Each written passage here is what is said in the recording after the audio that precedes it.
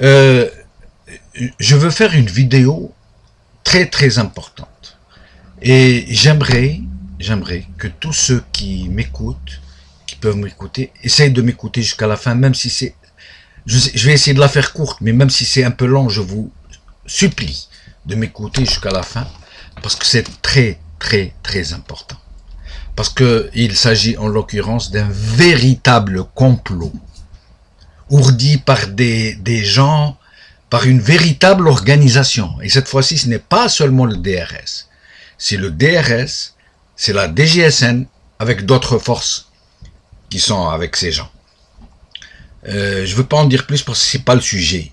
En fait, moi, ce dont je veux parler aujourd'hui, c'est qu'il y a une véritable opération de cyber-baltagia, des baltagia qui nous envoient sur le net, sur Internet, pour nous contrer, pour contrer les gens qui essaient de dénoncer ce régime, qui essayent d'inciter les gens à manifester pacifiquement leur expression politique, à contester pacifiquement ce régime. Donc eux, ces gens-là le dérangent, parce que eux, ils veulent contrôler toute la situation. D'abord, que le régime ne soit pas dénoncé, et ensuite, au cas où ils se sentent en danger, ils veulent avoir les coups des franges pour pouvoir instrumenter la violence comme ils l'ont déjà fait. Et là, ça les dérange, parce qu'il y a maintenant des vigiles, il y a des sentinelles sur Internet qui les dérangent d'une manière que vous ne pouvez pas vous imaginer. Et c'est pour ça que je demande à chacun d'entre vous de jouer un rôle plein et entier dans la contre-offensive à ces gens qui vont investir, qui vont infester massivement les réseaux sociaux. Bon, je vais vous faire un petit historique, parce que certains cercles du régime avaient compris assez tôt, ça fait des années déjà, que l'usage de plus en plus important, de plus en plus décisif, de plus en plus d'Algériens qui s'investissent sur le net, sur les réseaux sociaux, allait finir par leur porter ombrage. Ils l'avaient compris très tôt. Et ils ont réussi très tôt, ça fait des années maintenant, et surtout depuis la révolution de Jasmin, à mettre en place une sorte de contre-feu. Ils ont commencé par YouTube. Ils ont recouru à des mercenaires du clavier. Nous, on a beaucoup d'infos sur ça. Hein. Nous avions appris très tôt, nous aussi, que beaucoup d'officiers traitants du DRS, au niveau de plusieurs consulats de la diaspora, en France notamment, avaient recruté ce qu'on appelle les DZ youtubeurs pour contrer les militants qui activent sur ce réseau. Alors, non seulement ils ont pu recruter des agents qu'ils payaient, hein, qu'ils rémunéraient, ils les rémunéraient à la vidéo, mais en plus, ils ont même convaincu des gens intègres, honnêtes, sincères, qui pensaient que tous ceux qui sont prenés au régime sont prenés en fait à la nation, que c'était des agents de BHL, du Mossad, du Qatar, d'Al Jazeera, etc., et toutes les forces chafouines du genre. Et donc, ces gens-là avaient été lâchés sur les gens qui essaient de dénoncer le régime, sur YouTube. Hein. Et leur technique était simple. Ils salissaient les gens. La plupart d'entre eux agissaient de façon anonyme, on ne les connaît pas. Et même ceux qui agissent de façon à visage découvert, leur méthode était simple. Ils répondaient pas à des arguments par des arguments. Ou il y en a parmi eux qui sont plus ou moins intelligents, mais la plupart, pour ne pas dire 99%, leur technique c'est salir. Ça veut dire qu'ils vous attaquent sur des choses, ils vous dénoncent, des dénonciations calomnieuses, des calomnies, des diffamations. Et ils ont une sorte de base militante qui les suit dans leurs vidéos, dans les commentaires, qui un peu comme des petits caniches. Il y a le molosse qui vous saute à la gorge, et les caniches qui vous prennent au jarret, qui vous mordillent, qui aboient, qui réussissent à créer quand même une certaine ambiance autour de la personne qui est attaquée, Et je vous prie de croire, pour avoir été moi-même victime de ces gens, que ce n'est pas facile. Quand on vous tombe dessus de plusieurs endroits, qu'on vous ramène des photos truquées, qu'on vous caricature avec les fesses en l'air, qu'on lâche contre vous des gens qui ne reculent devant rien, devant aucune insulte. Quand on, personnellement, par exemple, j'ai été traité de milliardaire, que j'avais un appartement à New York, que j'avais été évangélisé par le pape lui-même. La vidéo existe, hein, elle est sur le net, hein, elle est même sur ma page Facebook, je l'ai reprise. Que j'habitais à quel hôtel déjà, comment on dit, Plaza Athénée, à Paris, ça veut dire quelque chose comme 800 € ou 2000 €, je ne sais pas combien par jour, etc. Donc, et eux, ils ne visent pas un audimat moyen. Ils visent les gens qui ne réfléchissent pas, les patriotards, ceux qui ont le pays, de Guanto, Tri, Viva l'Algérie, Harki, Moujahid, c'est donc, et ils ont réussi quand même à créer une certaine. Mais leur problème, c'est que sur YouTube, ils pouvaient, parce que là, c'est les tripes, c'est le primaire. Mais ceux qui n'ont jamais pu investir, de façon à cette époque-là, c'était Facebook et Twitter. Pourquoi? Parce que là, ça monte d'un cran. Là, il faut écrire. Là, il faut argumenter. Là, il faut avoir un certain niveau. Sinon, vous êtes tout de suite zappé. Ils ont remarqué que les gens qui arrivent sur Facebook ou sur Twitter, quand ils disent des choses, s'ils n'argumentent pas, s'ils n'apportent pas, ils sont zappés tout de suite, ils sont bloqués, ils sont effacés de la liste d'amis. Il y a des techniques qu'il n'y a pas sur YouTube. Et donc, ils n'ont pas pu investir ces espaces. Et nous, ces espaces-là, on les a investis massivement. Et c'est devenu un formidable relais de l'opposition algérienne. Au point où même les gens du régime se sont mis à créer des sites par leurs enfants, leurs amis, leur clientèle, pour essayer de nous contrer sur des sites d'information générale, des pages Facebook, des pages Twitter. Mais malgré ça, ils font pas le poids. Parce qu'on est trop nombreux et de plus en plus nombreux. Ça veut dire même ceux qui n'étaient pas avec nous, avec le temps, ils sont en train de découvrir que c'est un véritable moyen d'expression, que les gens qui ont été étouffés toute leur vie peuvent s'exprimer. On sait, hein, on sait ce qu'il y a derrière Facebook, on sait ce qu'il y a derrière Twitter. On n'est pas naïf, mais on s'en sert.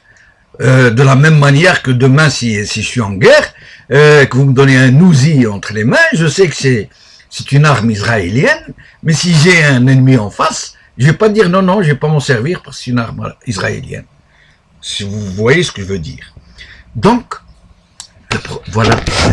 Et donc maintenant, ils se sont rendus compte que maintenant, chaque fois qu'il y a un scandale, on l'amplifie d'une manière absolument incroyable, à tel point que même leur presse n'arrive plus à suivre. C'est nous qui donnons l'information à leur presse. Leur presse maintenant est bien sur Facebook et Twitter pour prendre ces infos. Quand je dis leur presse, je ne généralise pas. Je parle des journalistes qui travaillent avec eux, et ils sont une majorité malheureusement. Leur mouvement qu'ils mettent, qu'ils injectent dans la société civile. 2 jours après, on se rend compte et on dit ah attention, tel mouvement, il y a telle chose, il y a telle chose. Leur discours, dès qu'il y a quelqu'un qui prononce la moindre bévue, paf, ça explose. Vous avez vu l'affaire de Sellel? L'affaire de Sellel, c'est les réseaux sociaux.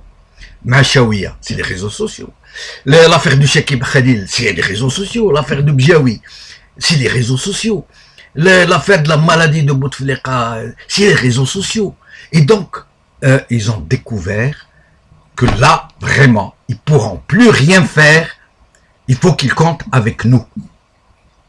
Maintenant, ils s'en rendent compte. Ils sont tellement incompétents qu'il leur faut du temps pour comprendre. C'est comme le chien là une vieille bande dessinée, il réagit un quart d'heure plus tard. Vous lui marchez sur la queue, il bouge pas, vous en allez, vous dormez, vous mangez, vous vous réveillez. Quand vous vous réveillez, il se lève et il se met à crier, à aboyer, parce que à ce moment-là, il a ressenti la douleur quand vous lui avez marché sur la queue quelques heures plus tôt. Donc, c'est exactement comme ça. Ces gens-là viennent maintenant de découvrir. Alors, entre-temps, ils avaient mis en place deux équipes. Une équipe du DRS, c'est des gens, malgré les amas de DRS, les gens pensent que c'est des gens, des génies. Ils ont mis en place une équipe dans une caserne avec des cyberbaltagia qui ont des micros, des claviers, Internet, avec un très fort débit, etc. Et donc, ils essayent. Mais, Naksim, c'est pas des gens de bon niveau. Par contre, la DGSN a, soi-disant, une équipe qui est normalement chargée de faire des recherches de la cybercriminalité. Mais en fait, ce sont eux qui font dans la criminalité, dans la cybercriminalité, puisqu'ils ont de très très bons techniciens. Ils infestent les gens, ils leur envoient des virus, ils sortent les trucs des gens, et ils ont des gens qui savent écrire en arabe et en français. L'équipe de la DGSN, par rapport à celle du DRS, elle est 1000 fois plus compétente. Et c'est elle qui fait le plus de dégâts. Tout ça pour vous dire que tout le monde est en train de parler de Tawfiq, personne ne parle du général Hamel, qui est autrement plus costaud, autrement plus lourd, autrement plus jeune, autrement plus armé et autrement plus lucide. Et autrement plus compétent, en fait, puisqu'il a mis en place donc cette équipe de cybercriminalité, mais qui en fait pratique la cybercriminalité, et qui essaye de... Et alors, comme ça, tout ça ne leur a pas suffi, qu'est-ce qu'ils viennent de décider? Et là, ils se sont mis tous d'accord, parce qu'ils ont compris que à la longue, on allait vraiment les mettre au pied du mur, et qu'on n'allait plus leur laisser le choix, et qu'on allait couvrir les événements, et qu'on allait dénoncer leurs crimes, et qu'on allait les empêcher d'injecter la violence au sein de la contestation civile qui se profile à l'horizon. Donc, qu'est-ce qu'ils ont décidé? D'unir leurs efforts, et ils ont recruté beaucoup de cyberbaltagia. Attendez-vous, avoir beaucoup de nouveaux arrivants, beaucoup de gens qui, c'est un seul intervenant, mais qui a 4 ou 5 pseudonymes, sur Facebook, sur Twitter, c'est des universitaires, ce sont des gens qui sont aux États-Unis, au Canada, en France, en Allemagne, en Angleterre, en Algérie, et un peu en Australie, et un peu partout dans le monde, qui ont été recrutés, payés très très cher, et qui vont intervenir, c'est des harkis d'un nouveau genre, et ils vont intervenir en force contre nous. Donc c'est pour ça que je vous ai demandé d'écouter cette vidéo jusqu'à la fin, mes chers amis. Donc nous, qu'est-ce qu'on va faire? Moi, ce que je veux, on discute, on débat de tout ça. Mais moi, déjà, d'ores et déjà, ce que je peux vous demander, mes chers amis, c'est de nous organiser. Et par rapport à la modeste expérience que j'ai déjà, il y a un truc que nous pouvons faire. À chaque fois que vous sentez quelque chose de louche, quelqu'un poste quelque chose qui... quelqu'un qui attaque quelqu'un, qui répand des calomnies sur lui, ou quelqu'un qui essaye d'aller dans le sens du régime, même s'il a raison, ne vous cassez pas la tête. Vous savez ce que vous faites? Vous le bloquez. Si c'est sur Facebook, vous le bloquez. Sur YouTube, vous le bloquez. Vous le bloquez, et qu'est-ce qui se passe? Il ne va pas avoir le choix pour revenir sur votre page que de faire une autre page, de revenir avec un autre pseudonyme et de demander à faire partie de votre liste d'amis, si vous avez de la place. Donc, à supposer que vous avez de la place et que vous l'acceptez. Il refait la même chose, vous le rebloquez.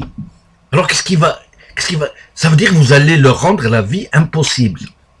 Et c'est comme ça qu'on peut les bloquer.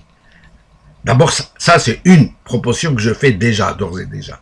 Maintenant, s'il y en a d'autres, marhaba bihan.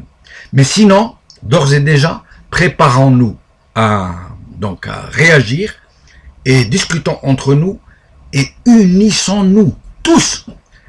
Nous avons un seul objectif. Il n'y a ni islamiste, ni laïque, ni communiste, ni rien. Il y a les gens qui veulent sauver leur mère, leur mère patrie.